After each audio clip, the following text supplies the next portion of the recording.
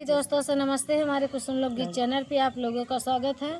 आइए हम देखिए, हम बहुत लोग सखी हैं और बहुत प्यारा सा विवाह गीत सुनाने चले हैं। गीत अच्छी लगे लाइव और देखिए सब्सक्राइब हमारे करिए, बगल कमेंट में करिए। उमा बैठी हैं। अब इनके देवरे के शादी बा। कल बम्बई से आई हैं। आज कहा था कि चाची हमारे देवरे के एक विवाह गीत गाय के अपने चैनल पे डालिए। और इनकर कल निशान जाए बजरंगबली पे। कल से जब तक दुल्ही आए तब तक आप लोग वीडियो में बना रही हैं। पूरी लखावत रहा कि का होत बा।